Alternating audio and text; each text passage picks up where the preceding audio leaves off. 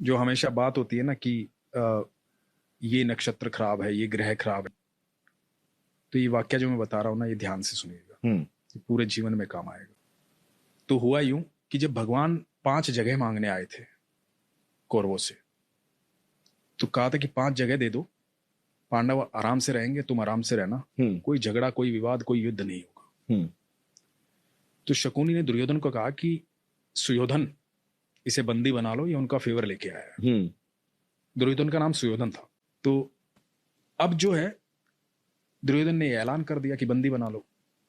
अब ठाकुर जी को कौन बंदी बना सकता है? तो पहली बार ठाकुर जी ने अपने जीवन काल में पहली बार वो ऊर्जा दिखाई थी, वो लाइट दिखाई थी कि मैं हूं को। तो अब उसके बाद कृष्ण वहां से चले गए कह करके कि अब युद्ध होगा। और धृतराष्ट्र ने राज ज्योतिषी को बुलाया ये जानने के लिए कि क्या होना चाहिए, क्योंकि उन दिनों एस्ट्रोलॉजी बिल्कुल, और आप सोचिए उस समय कितने प्रखंड पंडित होते होंगे। प्रखंड, बहुत, मतलब बहुत ग्रह नक्षत्रों की दशाएं कैसे बता देते होंगे। बिल्कुल बिल्कुल। तो राज ज्योतिषी को बुलाया, राज ज्योतिषी से पूछा कि क्या करना चाहिए बताओ।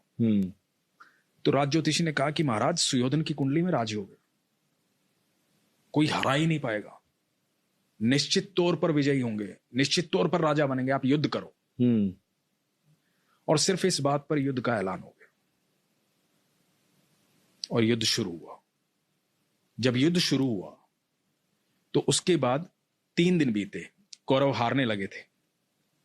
तो राज ज्योतिषी को फिर से बुलाया धृतराष्ट्र ने और कहा कि ये क्या चल रहा है। बोला महाराज, मैंने परिणाम की बात की है, अभी तो युद्ध शुरू हुआ है, परिणाम जो होगा उसमें सुयोधन राजा बनेगा, सुयोधन विजयी होगा, आप राज तिलक की तैयारी कीजिए। ठीक है। अब धृतराष्ट्र लगातार चिंता में था। 8 दिन बीत गए, आधी सेना निपट गई थी कौरवों की। अब ये दिखाई दे रहा था साफ साफ कि कौरव हार जाएंगे, पांडव जीतेंगे। तो फिर से बुलाया गया राज ज्योतिषी को।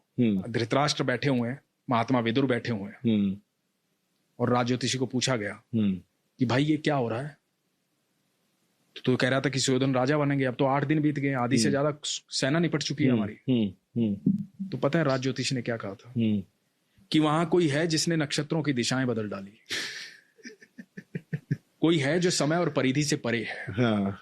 कोई है वहां। तो विदुर ने कहा था कृष्ण है वहां। हाँ। तो जिसके साथ कृष्ण होते हैं ना, अनंत ब्रह्मांड के सारे नक्षत्र, सारे ग्रह उनके चरणों में है।